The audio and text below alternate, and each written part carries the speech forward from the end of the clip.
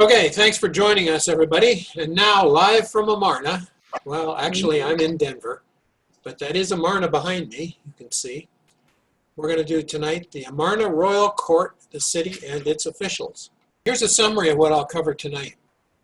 We'll begin with the king, his god, the Aten, his capital at Amarna. We'll go on a walking tour of Amarna and get to know the city better. I'll cover the king's royal family, his court officials, other workers at Amarna, and finish by listing the modern excavations at the city. Before we begin, a brief commercial. Since its founding, the Amarna Research Foundation, or TARF, supported the excavation, conservation, and publication of work at Amarna.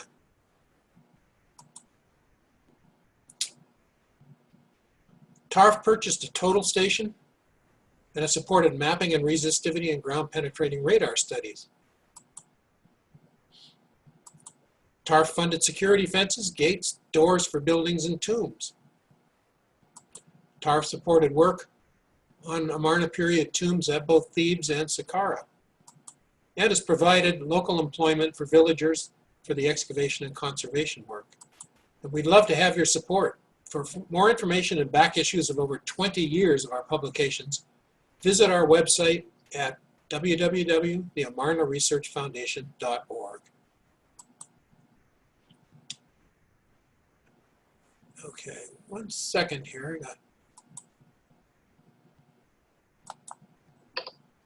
Let's begin with a review of Akhenaten and his father, Amenhotep III. 18th dynasty king Amenhotep III ruled for about 37 years, between 1388 and 1351 BCE. His birth name, Amenhotep, means Amun is satisfied. Necher, god, Heka, ruler of Waset, or Thebes. In other words, Amun is satisfied, god and ruler of Thebes. Around 1353 BCE, Amenhotep III's oldest son died, and his second oldest son, who was also named Amenhotep, became the crown prince, and then a little later he became co-regent. And only 2 years afterwards, Amenhotep III was dead. So the new king, Amenhotep IV, was about 27 years old at the time. His birth name was the same as his father's, Amenhotep. This drawing of Amenhotep IV is copied from a scene in the Theban tomb of Ramose, Amenhotep III's vizier, who continued on into the first few years of Amenhotep IV's reign. Amenhotep IV chose as his throne name Nefer, beautiful, Khepru, manifestation of Ra, Wa-en, unique one of Ra. In other words, the beautiful manifestation of Ra, unique one of Ra. This statue of Amenhotep IV is now in the Louvre Museum. While ruling from Karnak, Amenhotep IV completed the decorations on the third pylon built by his father, added a courtyard in front of the temple dedicated to his wife, Nefertiti, and just east of the precinct of Amun, he also added 4 temples dedicated to the Aten. For reasons not known, the new king also adopted a strange new art style known as Amarna period art. Various theories have been put forth, but we really don't know why he did it.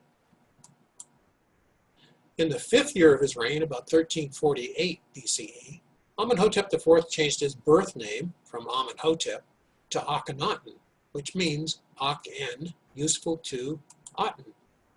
In other words, useful to the Aten. His throne name, Nefer Khepru Ra Wa-en Ra, was not changed. The Aten had been worshipped for some time, but Akhenaten elevated him to be his chief god, turning his back on Amun, the chief god of the 18th dynasty kings before him.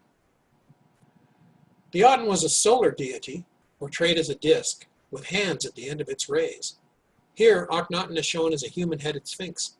Notice the ray that ends near his nose is holding an Ankh, the symbol of life. The left cartouche is the name of Akhenaten's wife, Nefertiti. The 2 small cartouches in the center are Akhenaten's birth and throne names, and the 2 large cartouches to the right are the titles of the Aten. Not only did Akhenaten change his name and reject the old god Amun, he moved Egypt's capital from Thebes, 170 miles north to virgin ground at Amarna in Middle Egypt. Amarna is the modern name for the site of Akhenaten city, which he called Akhet, horizon of Aten, or Akhet-Aten. The city lies on the east bank of the Nile, mostly built on dry desert land. Akhenaten occupies a space between the cliffs about 6 miles long and 3 miles wide. It's traversed by a main road called the Royal Road, which ran from north to south through the city. Other tracks through the desert led to various settlements, workshops, cemeteries, and tombs. Egyptologist John Darnell says, and I quote, "At Akhenaten, the daily activities of the royal family replaced all of the great festivals of Egypt. The layout of Akhenaten functioned as an enormous stage upon which Akhenaten and his family each morning would mount their chariots and hurtle along the royal road into the central city." End quote. To mark off the boundaries of his new city, Akhenaten placed 16 large markers called stela around Amarna. They were carved in the 5th and 6th year of his reign. The stelae described how Akhenaten planned to build a city here, which he would dedicate to the Aten, and how he would construct a royal tomb for himself, Nefertiti, and his oldest daughter, Merit-Aten. These boundary stelae are now designated by capital letters, with gaps left for future discoveries. Here's a photo of boundary stela N, taken in 1908. This reconstruction shows how it originally looked. It's located on the southern cliffs near the Meru-Aten. It was erected in year 6, and it shows Akhenaten and Nefertiti making offerings to the Aten. On each side of the stela are rock-carved statues of Akhenaten and Nefertiti, and 2 of their daughters, Merit-Aten and Meket-Aten. Shortly after Akhenaten's death, the next king, Tutankhamun, abandoned the city, only a dozen or so years after it was built. King Tut moved back to Thebes and reinstated Amun as the chief god of Egypt. Then, about 15 years later, in 1320 BCE, Pharaoh Horemheb tore down Akhenaten's buildings at both Thebes and Amarna, destroyed his statues, and purged Akhenaten from the written record. How dare he? To get to know the city better, let's go on a walking tour. This will help understanding the tomb scenes I'll show later. Here's a map of our walk from north to south through the city. Travelers arriving by boat from Lower Egypt would dock at the north end. The first building encountered was the North Riverside Palace. Across the Royal Road lay the buildings of the North City. A little to the south lay the North Palace, and south of it, the North Suburb. The central city was the administrative and religious hub, with its small and great Aten temples, great palace, king's house, and other administrative buildings. Just south of the central city is the main city with numerous houses, workshops, and stables. The south suburb had more residences and estates. And finally, at the southern end were the Qom el-Nana and the Meru-Aten temples. So our walking tour begins at the north end of the city by boundary stela X. Above is a reconstruction of the North Riverside Palace, which fronted the Royal Road. The panel below was found near the entry gate. It's part of a painted scene showing the top of a cartouche of the king's birth name, Akhenaten, prefixed with Sa-Ra, or son of Ra. And the top of the B hieroglyph beside it shows that underneath would have also been the king's throne name, Nefer Keperu Ra, Wa-En Ra. Above is a modern view of the gate of the North Riverside Palace. Below are excavation photographs taken in 1923. The bottom left picture shows the palace was originally surrounded by a double wall with a wide empty space in between. The outer wall was buttressed with square towers, and it ran for over half a mile along the Royal Road. But most of this palace has been lost due to an eastern shift in the channel of the Nile and modern cultivation of the riverbank. Across the Royal Road from the North Riverside Palace, and just south of the houses of the North City, was another palace called the North Palace. It was a large structure, 466 feet long by 367 feet wide. Here's a reconstruction of what it originally looked like. The North Palace contained a large entry court, a central pool, a sunken garden, a sun chapel, a throne room, and a bedroom with a private bath. This is a view of the North Palace today. Inscriptions show it had originally been made for one of Akhenaten's secondary wives, Kia. It was later converted into a palace for Akhenaten's oldest daughter, Merit Aten. Little to the south of the houses of the north suburb was the central city, Akhenaten's administrative area. Within this enclave were the Great Aten Temple, the Great Palace, the Small Aten Temple, a building called the King's House, a study library called the House of Life, the records office where the Amarna letters were found, and the police barracks and stables. This area was surrounded by desert, and it would not have looked as green as on this map. The Great Aten Temple consisted of two main parts, the main building, now called the Long Temple, and a pavilion located 984 feet to the east. The two structures were enclosed by a huge wall, 2,625 feet long by 984 feet wide. Here's a short video of the Great Aten Temple, created for an exhibition in Lille, France in 2017. So as we fly through, we'll go through the entry pylons. Each side of the temple was surrounded by hundreds of offering tables, which wasn't put in this view. We enter the first courtyard and then start to go through numerous sets of pylons as we go in through the various chambers of the temple. And finally, at the end, we reach a sanctuary.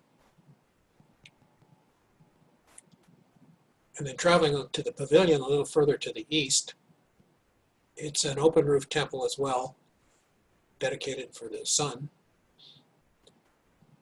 And it contains numerous rooms, storage chambers, and a sanctuary. And finally, at the back is the notch in the cliffs that Akhenaten defined Amarna by. The Great Aten Temple was constructed with talatat blocks, 21 inches long by 10 inches wide by 10 inches deep. They were created so that a single man could lift and carry them. This block, found by Flinders Petrie and Howard Carter, shows 16 of the Aten Temple's hundreds of offering tables piled high with flowers, bread loaves, and dishes of burning incense. The trussed cattle below are waiting to be sacrificed. The Great Aten Temple's walls and talatat scenes were later carted away, and today only the foundations of the buildings remain. The temple was surrounded by these hundreds of mud brick offering tables, probably erected by Amarna citizens to conduct funeral services. This photo of them was taken in 1932. Just south of the Great Aten Temple, and across the Royal Road on the side by the river, was Akhenaten's Great Palace, a building that was probably mostly used for ceremonial purposes. Entering the building from the north, a huge forecourt was encountered which had a window of appearance where the king could be viewed by his subjects. Here's an excavation photo of the Great Palace taken in 1934, and here's what it looks like today. Petrie erected a protective building over the Great Palace's painted floors, which were later moved to the Cairo Museum. Here's a close-up of the marsh plants and a duck painted on the floor. This is the Great Palace as seen in the tomb of Mary Ray I, the high priest of the Aten. You can clearly see the window of appearance looking out in the forecourt, and the audience hall behind, and in the upper left corner an apartment for the king, complete with a bedroom. Here's a reconstruction of Akhenaten looking out at the window of appearance. It was from the window of appearance that Akhenaten dispensed awards, as is shown in this scene. Here he is rewarding Ai, overseer of His Majesty's horses, with gold collars. This tradition has continued into modern times, but alas, now the Pope only showers the Vatican crowd with blessings and not gold. At Amarna, behind the window of appearance, in the palace's audience hall, Akhenaten and Nefertiti would receive guests, gift, and tribute on their loggia, a kind of porch. In this scene from the tomb of Mary Ray II, overseer of the treasury, Akhenaten is receiving tribute from foreign dignitaries. He's seated on his throne inside a baldachin, or covered canopy, on the loggia in his palace. Here's a reconstruction of a loggia and baldachin, with thrones for both Akhenaten and Nefertiti, and the symbol of the Aten behind them. It's based on the remains of an actual structure in Amenhotep III's Melkata Palace. Ancient Egyptian tradition of using a loggia and baldachin has also continued into modern times. Here, Queen Elizabeth and Prince Philip visit Canada. Across a bridge from the Great Palace was another building that modern excavators have called the King's House. However, its layout is better suited to offices and meeting rooms than a house for the king. So instead, it was probably the place where the king's men conducted regular business with each other. In addition, access to the Great Palace could be controlled and guarded via the bridge. So anyone requesting an audience with the king could be vetted at this building before being allowed into the Great Palace. The king's house also included a garden and a large number of storerooms. A painted plaster wall showing Akhenaten's daughters was found in the king's house. Here is the painted wall, now in the Ashmolean Museum in Oxford. His three older daughters, Merit-Aten, Meket-Aten, Ankheset, and Pa-Aten, are shown standing in front of a seated Nefertiti. The next two younger daughters, Nefer-Nefer-Ure and Nefer-Neferu-Aten Tasheret, are shown seated on a cushion. Just east of the king's house was a group of administrative buildings and storage magazines. Two of the buildings were particularly important: the House of Life, where important scrolls were copied and kept, and the Records Office, which archived correspondence between Egypt and foreign states. 382 clay tablets, called the Amarna letters, were found in the Records Office. They were in Akkadian, the language of international diplomacy at that time, written in cuneiform script. This tablet was written to Akhenaten by vassal king Abi-Milku of Tyre, asking for troops to help guard his city from attack. The Amarna letters came from Babylon and Assyria, Mitanni and the Hittites, Arzawa and Elishia, Syria and Lebanon, and Canaan. Just south of the king's house was another temple dedicated to the Aten. Now called the Small Aten Temple, it was oriented toward a notch in the cliffs where the royal wadi enters the Amarna plain. British graphics artist Paul Docherty has researched the alignment of the temple and discovered that during the spring and fall equinoxes, the sun rises through a notch in the cliffs.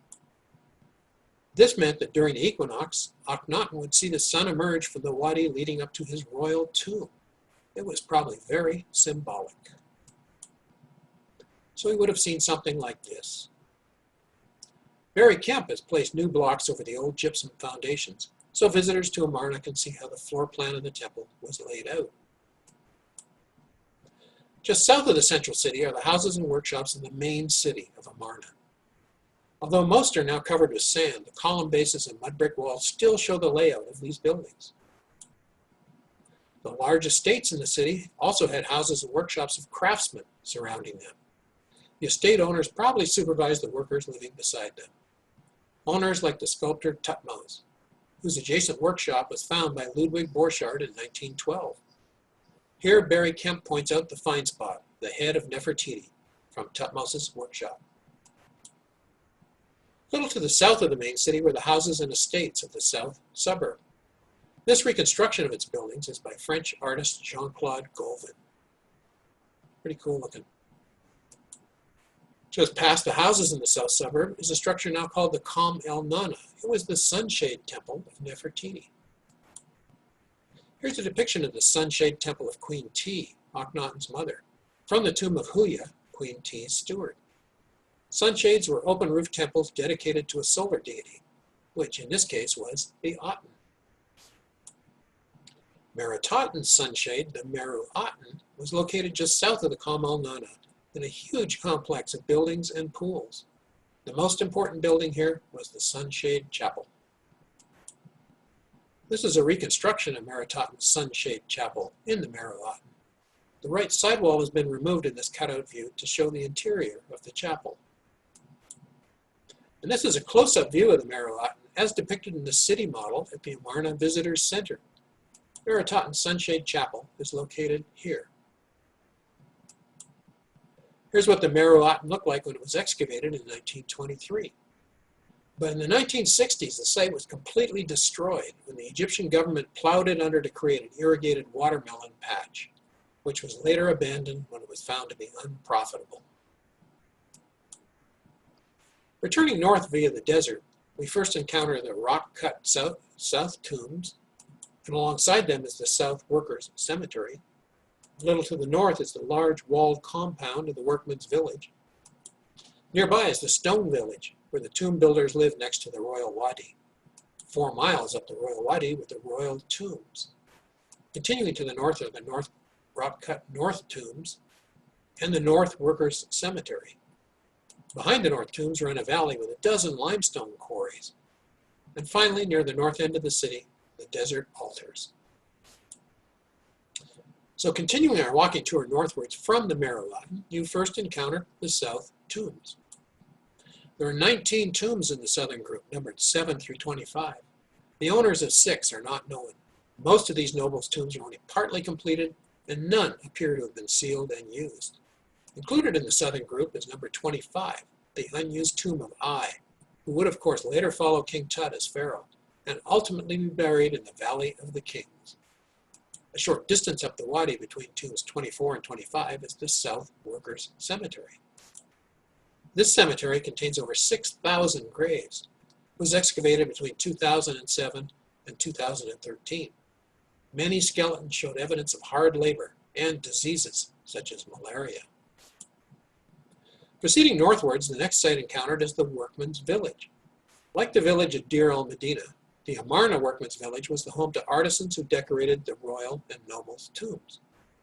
First excavated in the 1920s, 73 homes were discovered inside a walled compound next to several larger buildings and chapels.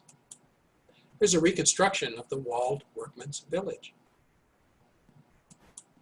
And this is a cross-section of one of the homes, number 9 Gate Street, found inside the compound with its own altar. And here's a reconstruction of one of the Workmen's Village chapels, excavated in 1923. It's interesting that amulets and other votive objects found in the village show that its inhabitants worshipped a variety of gods, and not just the At. This chapel was dedicated to Shed, the god of salvation. A short distance to the east of the Workmen's Village are the ruins of another compound called the Stone Village. It's situated near the mouth of the Royal Wadi, and it contains a high density of residential buildings. Barry Kemp has speculated it was the residence of the laborers, connected with the excavation of the Amarna tombs. The Royal Tomb is located 4 miles up the Royal Wadi. Tombs at Amarna are numbered with a TA prefix, standing for Tomb Amarna. Although there are 3 other undecorated tombs nearby, only the Royal Tomb, TA 26, was prepared to receive Akhenaten and Nefertiti's burial. When discovered in modern times, it was empty. This is the entrance passageway of the Royal Tomb. Like other tombs at Amarna, it seems to have been heavily damaged. Akhenaten and Nefertiti's second daughter, Mekhet-Aten, predeceased the king, and she seems to have been buried in a side chamber of the Royal Tomb. Akhenaten's sarcophagus was also found in the tomb, smashed into little tiny pieces.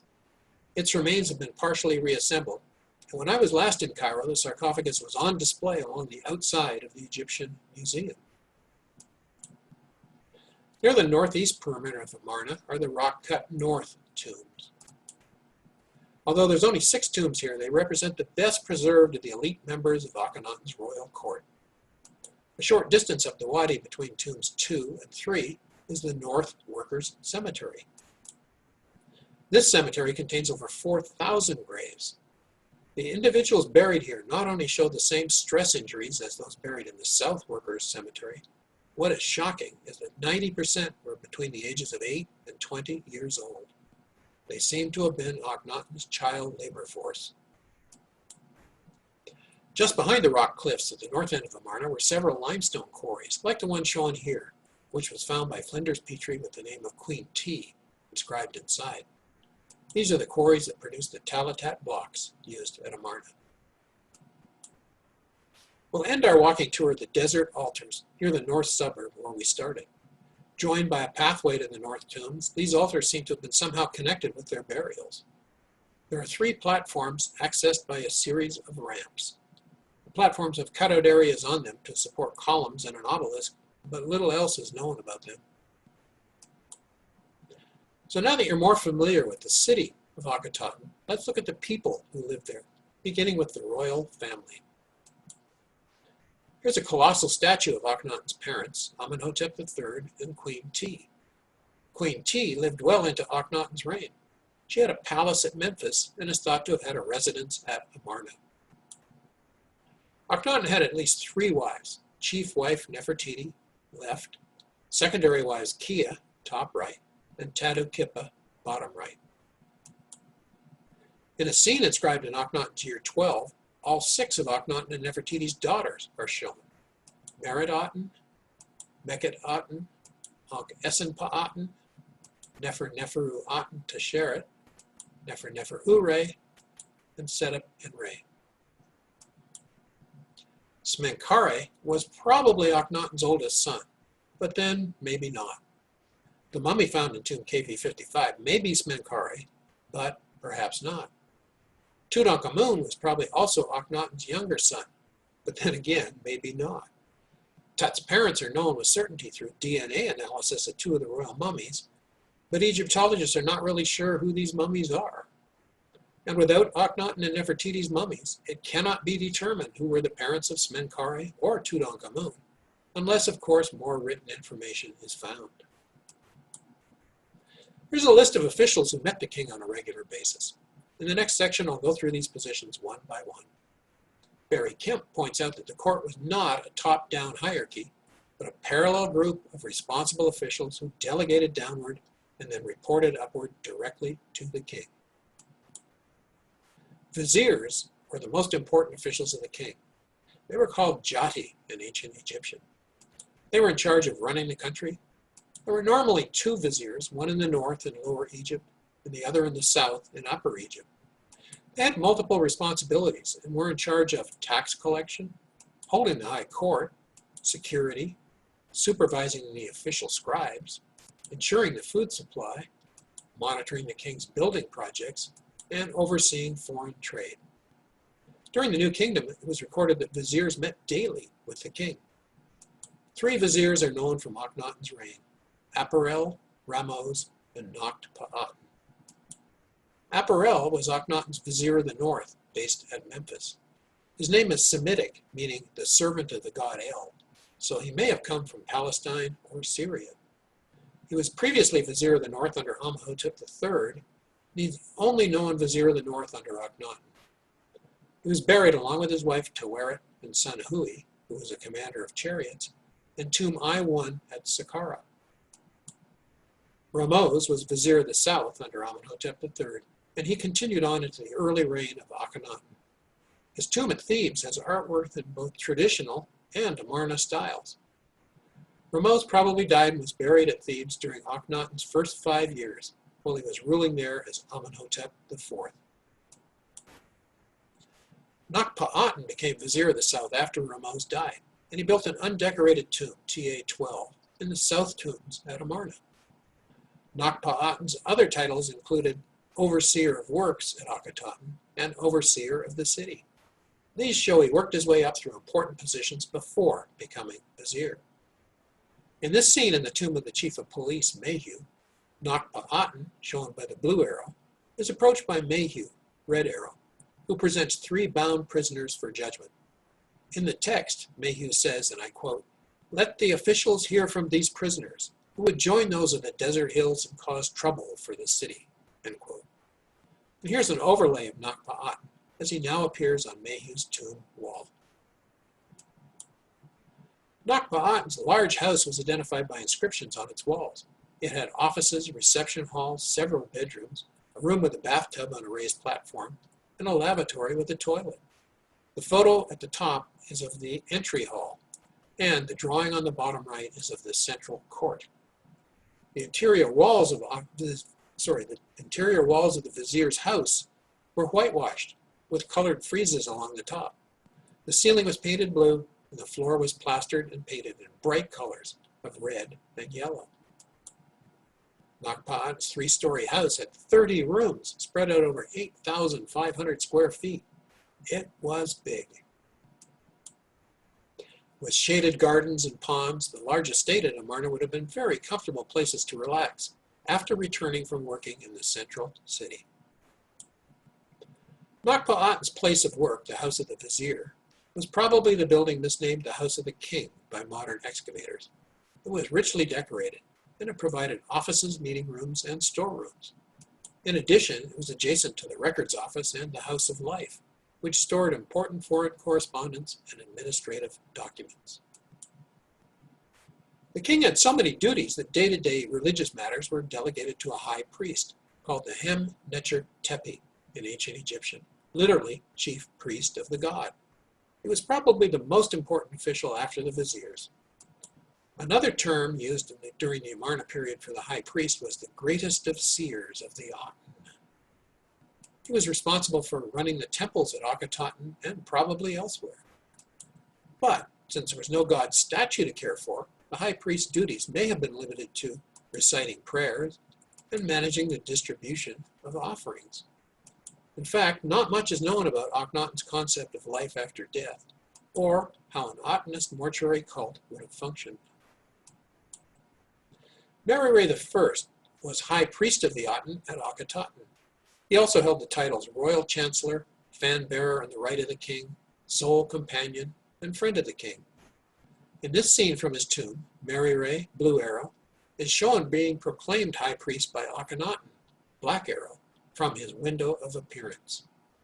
Then afterwards, Mereray, shown by the Red Arrow, is carried jubilantly by his supporters. Just above him, 4 scribes, shown by the Green Arrow, record the event as it happens.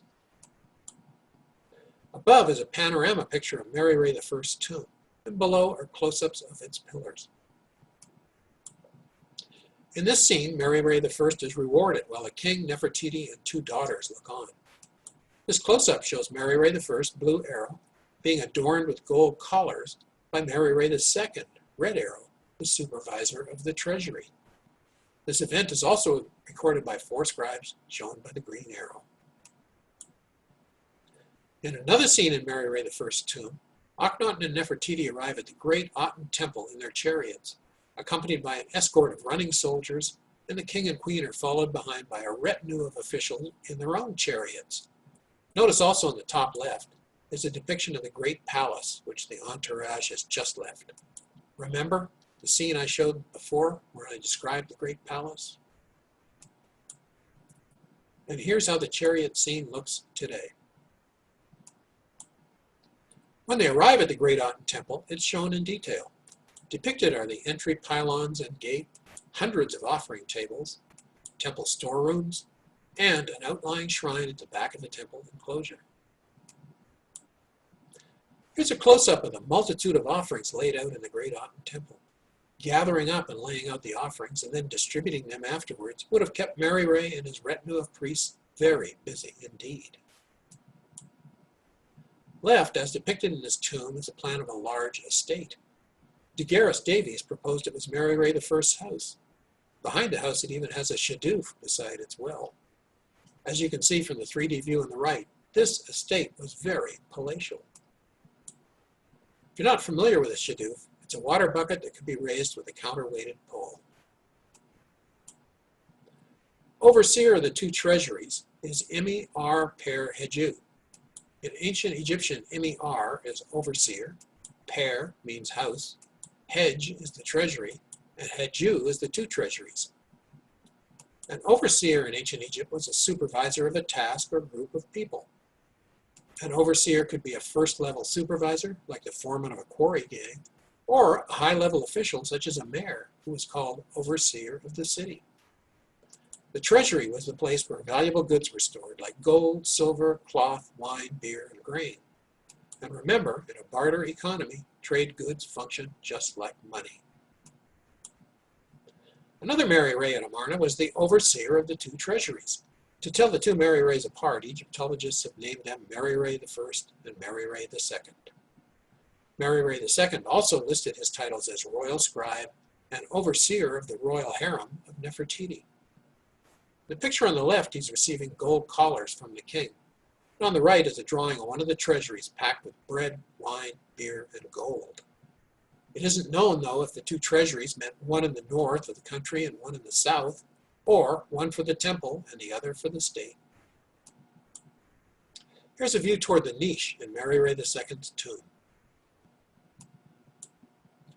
An important scene in Mary Ray II's tomb shows foreign dignitaries bringing tribute and gifts to Akhenaten, who is seated in his loggia. Behind his throne, all 6 daughters are shown. This scene is dated to year 12 of Akhenaten's reign. The celebration is termed by Egyptologists a durbar, after the name of a public reception held by a prince in India. Egyptologist Campbell Price speculates that plague brought into Egypt by the foreign visitors at the durbar may have caused the subsequent death of many at Akhenaten's court, and perhaps even the downfall of the Amarna period itself. In another scene from Mary Ray II's tomb, Nefertiti pours a libation for Akhenaten, assisted by 3 of their daughters. An interesting and very unique scene in Mary Ray II's tomb is that of Mary Ray II giving praise to Akhenaten's co-ruling king, Smenkhare, with his wife Meritaten, who is also Akhenaten's oldest daughter. Police and security guards are frequently depicted in Amarna tombs. Medjay, similar to our secret service, guard the pharaoh, and Shena, policemen, protect the city.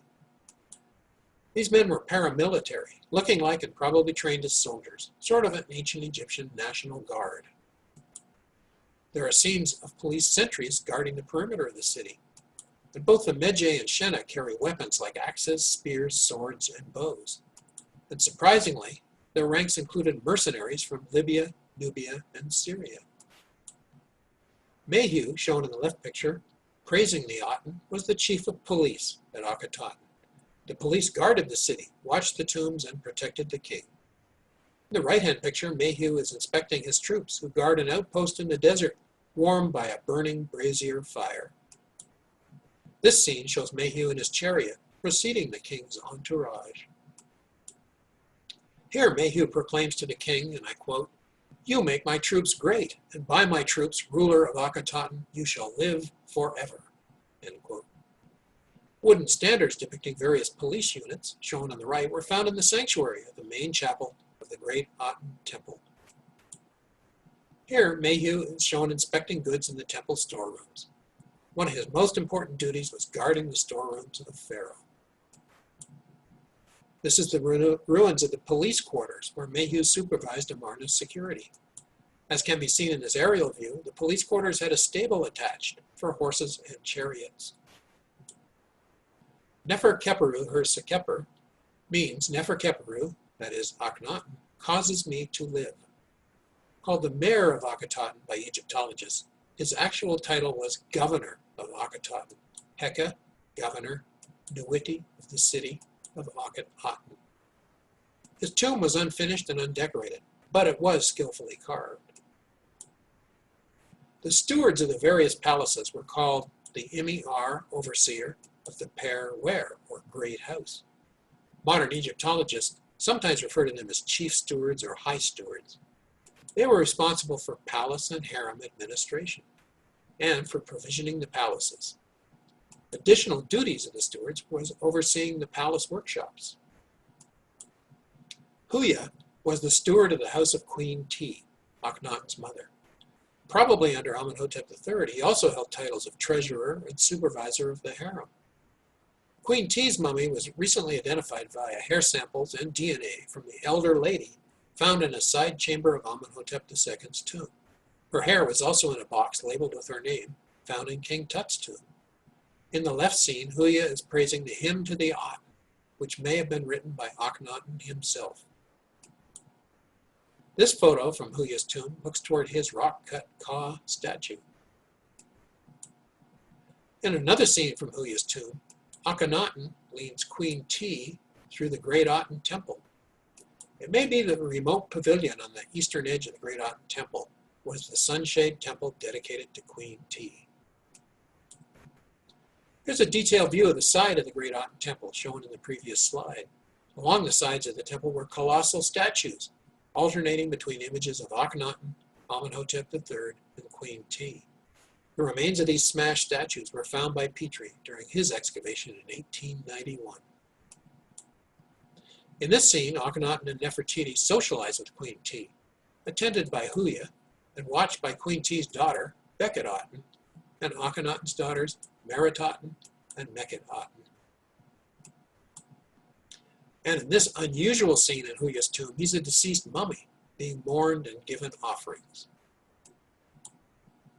Ipi was royal scribe and steward of the great house of the king, which probably was the North Riverside Palace.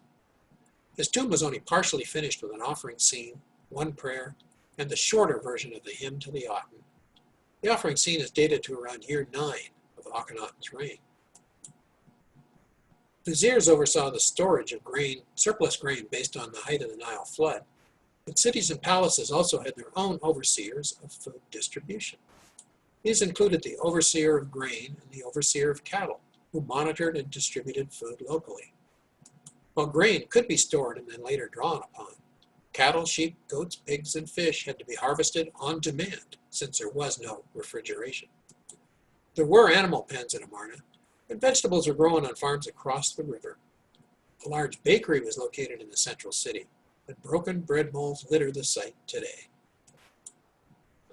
In Egyptian, a seal bearer is Het Emti, and Biti is an abbreviation for the king of Lower Egypt.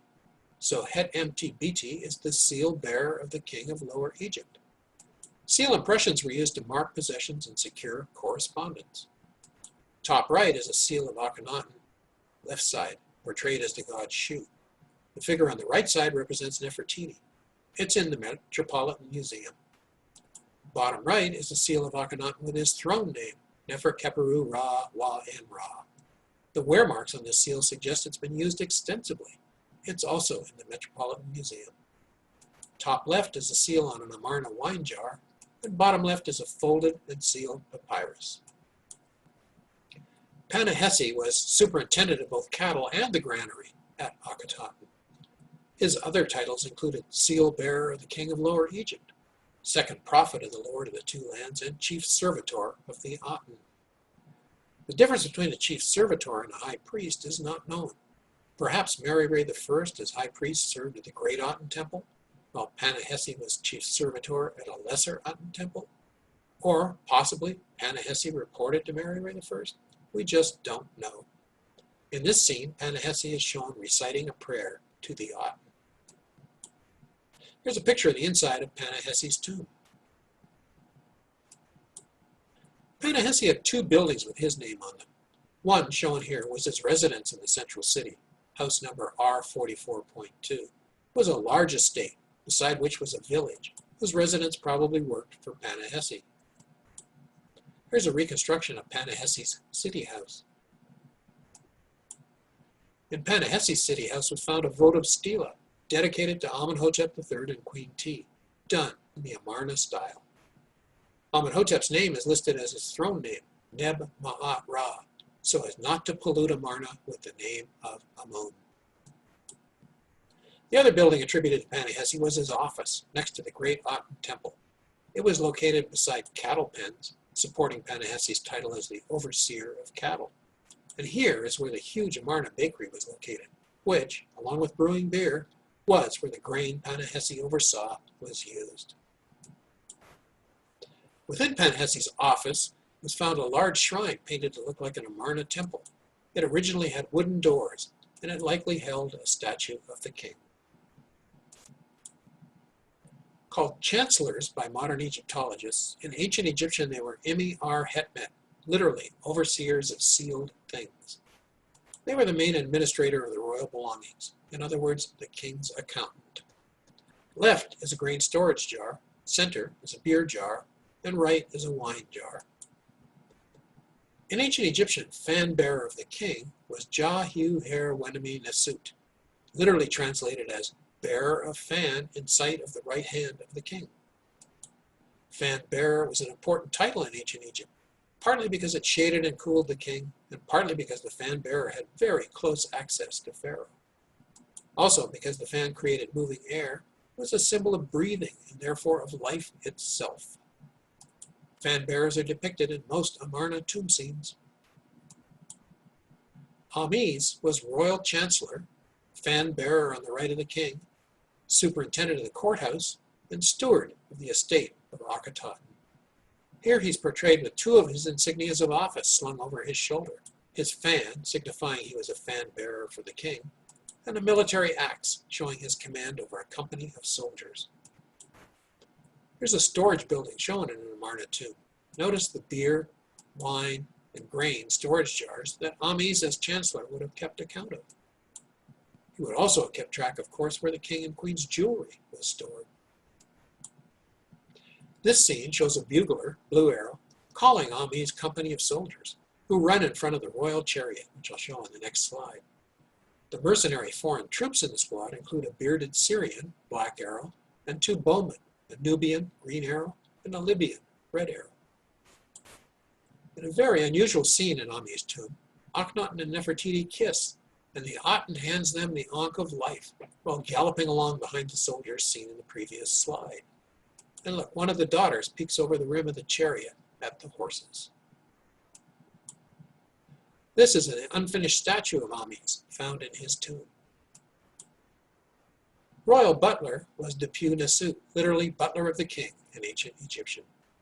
The royal butler looked after the day-to-day needs of the king and his family, much like a modern butler. But, in addition, they accompanied the king to the battlefield and negotiated for him with foreign dignitaries. Wow! I hope Pharaoh had a butler as good as P.G. Woodhouse's Jeeves. Nefer, the king's royal butler, also held the title craftsman of the king and washer of the king's hands. In this scene, detailed below, Nefer, Blue Arrow, is shown being awarded gold by the king from his window of appearance. And on the far left, Akhenaten's daughters, Red Arrow, and Nefertiti's sister, Green Arrow, watched the event. Here's a close-up from the previous slide of the 3 oldest daughters, and Nefertiti's sister, Mut Benret, who was standing behind the king. In this scene, Nefer recites a prayer to the Aten. In ancient Egyptian, physician was Siwenu. Egyptian medicine often used magic spells, as listed on the magical papyri of London and Leiden. Surgical procedures and tools are discussed in the Edmund Smith papyrus, and herbs in the Ebers papyrus. The Amarna letter from the king of Ugarit asked Akhenaten to send him an Egyptian physician, as they were highly regarded in Egypt's vassal states. Penthu's titles included chief physician, chancellor, royal scribe, intimate of the king, and chief servitor of the Aten. Physicians in ancient Egypt used a combination of practical skills such as herbal treatments and surgeries, and sympathetic magic, which was thought to enhance medical treatments. Shown here, Penthu receives gold collars, recorded by the usual 4 scribes above. Penthu's tomb scenes are now badly damaged. This scene shows Akhenaten and Nefertiti in their chariot. Horses were probably not introduced into Egypt by the Hyksos. That's a myth. A horse skeleton dated from the Middle Kingdom was found at Buhin, and Salima Akram has also identified a chariot harness from the Old Kingdom. And it's documented the Egyptians fought the Hyksos when they arrived with horse-drawn chariots of their own design. Only a few tomb scenes show horses being ridden, however. Almost all show them pulling chariots. The horse shown here is the handle of a New Kingdom whip, now in the Metropolitan Museum. At Amarna, pairs of horses were used to pull chariots. In the 18th dynasty, kings and elite members of the court used chariots for transportation, and of course they were used in warfare. On the bottom left is a chariot actually preserved from the Amarna period. It was of course found in King Tut's tomb. I, who was Akhenaten's overseer of horses at Amarna, would later become pharaoh following Tutankhamun. His other titles included Father of the Divine One, perhaps Nefertiti, acting scribe of the king, fan bearer on the right of the king, and head of the companions of the king. In this scene, I recites a prayer to the Aten. In the scene below from his tomb, I and his wife Ti'i are shown inside the great palace, where I is rewarded with gold by Akhenaten. The top part of the same scene, shown above, soldiers are guarding the outside of the great palace. The ramps behind them are signaling platforms. 2 regiments are shown, one with square and the other with fan-shaped standards. The text records the soldiers' conversations. The sentry nearest the gate asks a street boy, "For whom is this rejoicing being made?" And the boy answered, "The rejoicing is for I and his wife Ti'i. They have been made people of gold." And the man sitting in front of the 3rd sentry tells him, Pharaoh has given them millions in gold and all manner of riches. And of course, afterwards, I can't resist showing his gold hoard to his friends. In this scene from his tomb, I and T.E. venerate the long form of the hymn to the Aten. I's version of the hymn is the one most often quoted. And this is a photo of the pillared hall in I's unused Amarna tomb. Not much is known about Ren-Efer, the master of horses, except that he had a large house at Amarna. This photo shows the round grain storage silos located behind his house. They were excavated by the EES in the 1920s. This is a reconstruction of Ren-Efer's house, number N49.18. You can visit a life-size partial reconstruction of his house at the Amarna Visitors Center. During the New Kingdom, the military was divided into the infantry, chariotry, and the navy. Each division was commanded by a general who had both command and administrative duties. Command responsibilities included fortress and outpost garrisoning, and foreign incursions and occupation. And administrative responsibilities included troop training, procuring equipment, provisioning, and the planning and construction of forts. One of the most respected titles in ancient Egypt was Sesh, scribe. It denoted a person who was able to read and write. Royal scribes were denoted by adding the Nasut symbol, signifying the king, after the scribal title. Royal scribes were especially important as they had access to members of the royal court and composed and read important documents dictated by the king and his officials. At Amarna, some of the royal scribes worked in the records office in the House of Life, where they studied and stored important correspondence. Other royal scribes met with the king and his ministers to record and distribute decrees to officials in Egypt and beyond. Ramose, an army general at Amarna, not the Ramose who was Akhenaten's old vizier at Thebes, had a house in the main city. This Ramose had formerly been a steward under Amenhotep III, and he listed another of his titles as royal scribe. General Ramose's house was identified by inscriptions on its door jamb. Ramose's large house has been digitally reconstructed. The construction and administration of Akhenaten city required many other supervisors and officials who were not important enough for a rock-cut tomb. At Amarna, these individuals were buried in the South Workers' Cemetery. They were often wrapped in simple reed mats with a few grave goods, and a few were interred in wooden coffins like this one, placed in pits in the sand. The overseer of works was Imi-ar-Khat in ancient Egyptian. On-site supervision of each project was carried out by an overseer of work, for example, on temple construction. But the overseer of all works of the king was a high-level official who juggled all of the projects that Pharaoh had going within his realm. In this case, just add the hieroglyph for king to suit after the overseer of work title. These were important positions in order to get the city of Akhetaten built in only a couple of years. Aidan Dodson believes there was so much work required in the city, there was not enough manpower to work on the tombs before Amarna was abandoned. Hence, many of the tombs were left unfinished. Tutu's titles included Overseer of all works of the king, Chamberlain, Overseer of silver and gold, and Chief Servitor of the Aten. He's also mentioned in a Amarna letter from Azaru, king of Canaan. Tutu's tomb was one of the largest of the nobles' tombs at Amarna. Like today, being the overseer of all the king's works has its privileges. There's a detail on one of Tutu's columns. Hatier was an on-site overseer of work at Amarna. House number T34.1 in the north suburb belonged to Hatier, whose title on his door lintel, shown here, said he was chief builder. Hatier would have supervised much of the construction at Amarna and probably reported to Akhenaten's overseer of all the king's works, Tutu. Hatier's large home also had a private altar in the back. Private altars were common at Amarna. Artists and sculptors were called Hemwu and Sank by the ancient Egyptians, and these craftsmen were highly regarded. Hemwu is a contraction of the words for skillful, Hemu, and work, Hemwi. This term was equally applied to both artisans and artists. Sank, sculptor, is a contraction of the words, he is giving it life. This picture of craftsman is from the tomb of Nebamun, an official scribe under Amenhotep III and IV.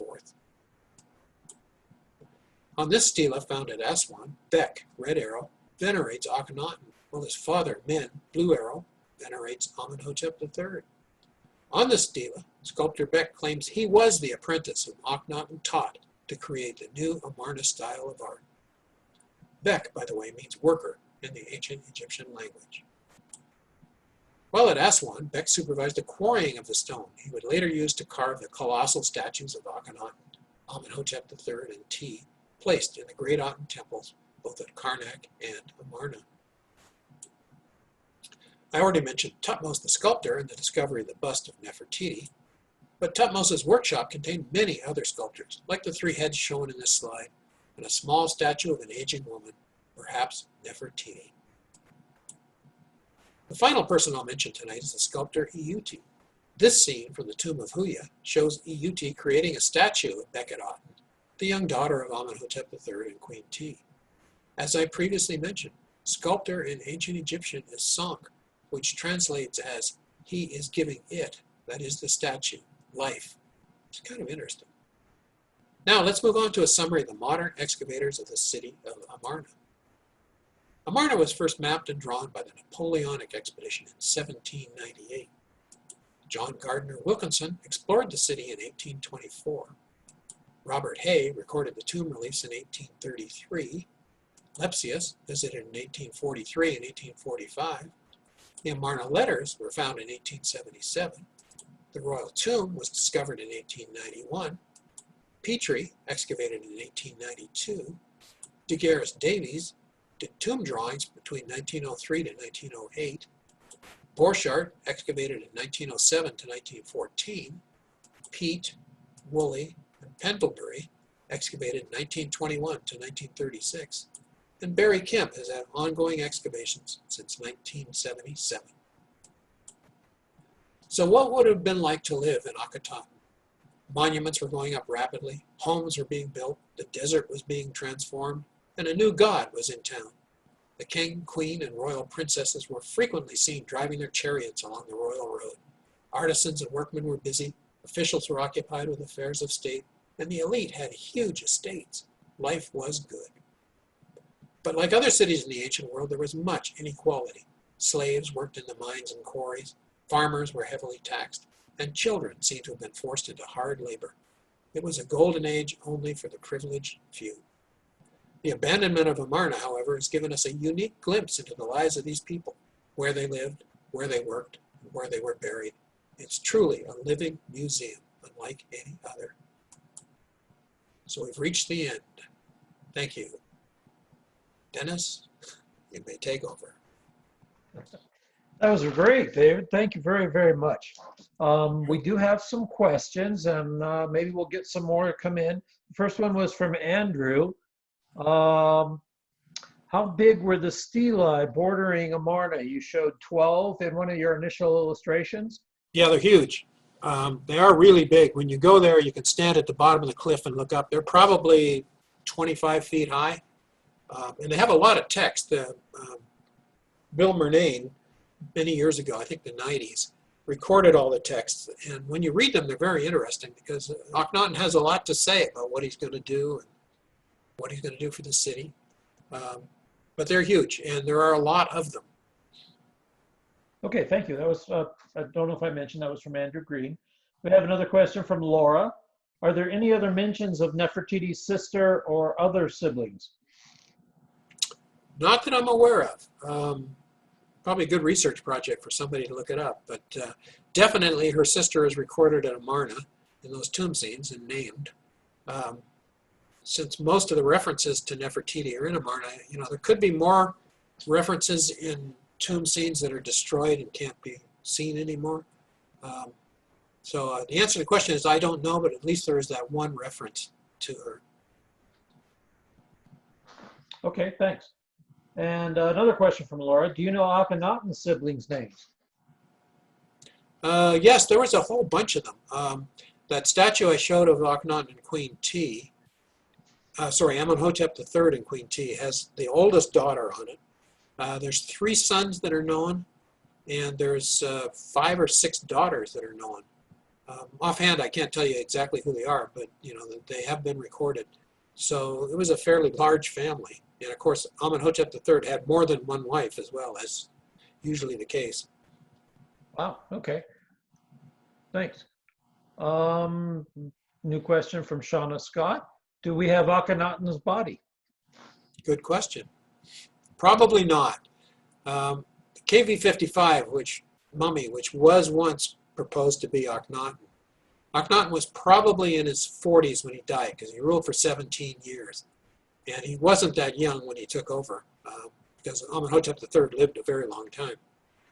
So basically the mummy in KV-55 was proposed once to be Akhenaten, but it's probably someone who's more like 20, 25 years old.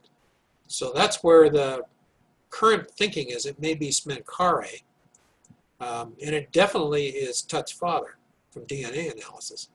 So my bet would be on Smenkhare. Oh, really? But no, we don't have his mummy for sure. We don't know. There are a few unidentified mummies, so possibly we have it, but it may also have been destroyed when his tomb was destroyed. Okay, thank you. Anybody else out there? Are there other questions?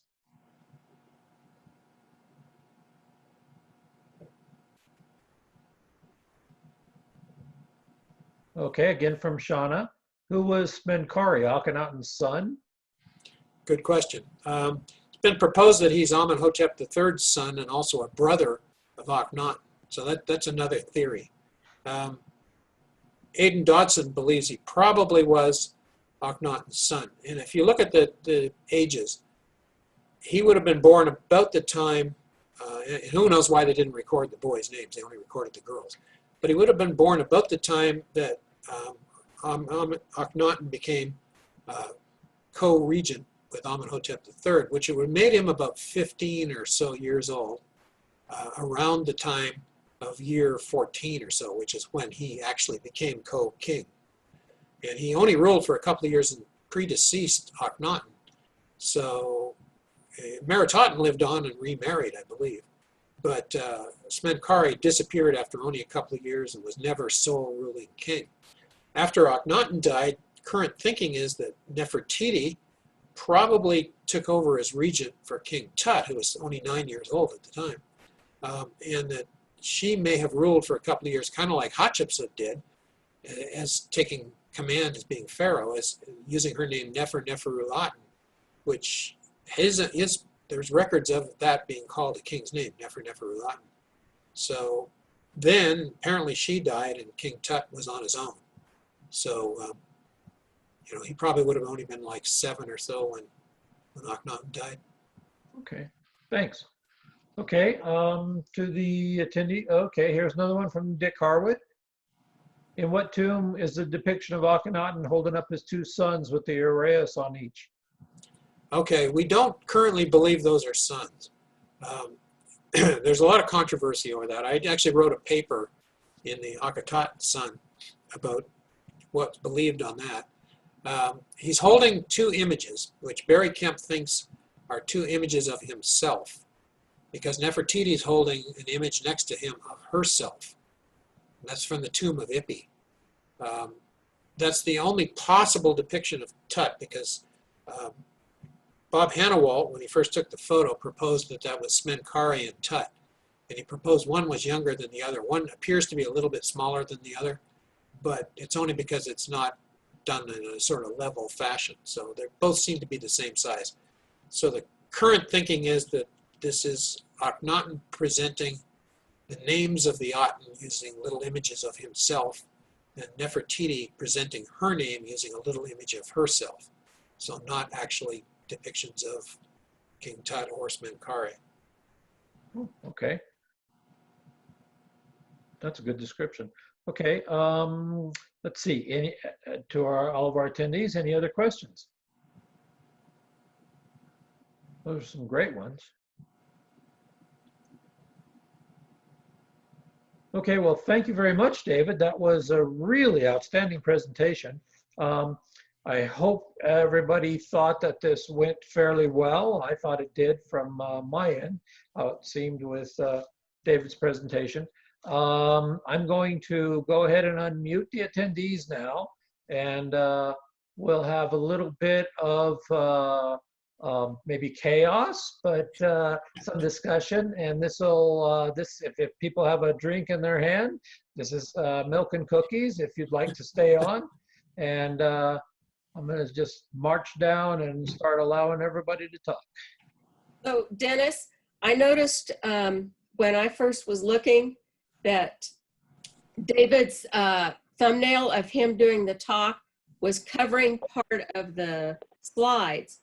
So there's a little place where you could do the minimize, and it just had a little thing that said talking, David Pepper talking. So if anybody had that issue, like I did, then that's a solution for future lectures, is that you can get rid of the picture of David talking and just see the slide. Okay. This is Carol. I thought it went really well, and cheers, everybody. Cheers. Cheers. I thought it went really well too. David, this is Dick Harwood. I thought your graphics and your slides were outstanding. I do have one question. A lot of the Talatat blocks from East Karnak that Akhenaten built have been found and are in storage at Karnak. What about the Talatat blocks from Akhenaten? Have any of those been actually identified? Yes. Yeah, they were used to cross the river in some of the later buildings. Barry Kemp has got a whole list of, I think, 20 or so sites where they wound up. Again, kind of like Karnak, they were preserved nicely because they were inside a pylon. The other ones, though, didn't suffer quite as well, being, mortared together at other buildings across the river. So they got reused in different sites. Hey, David, this is Johnny.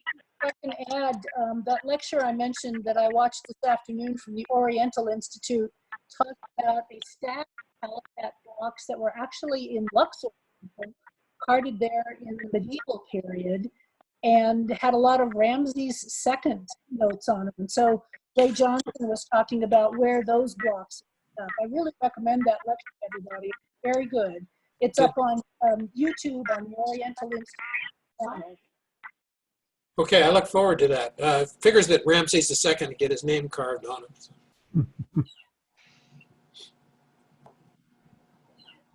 I have a question. Can you hear me? Yes. So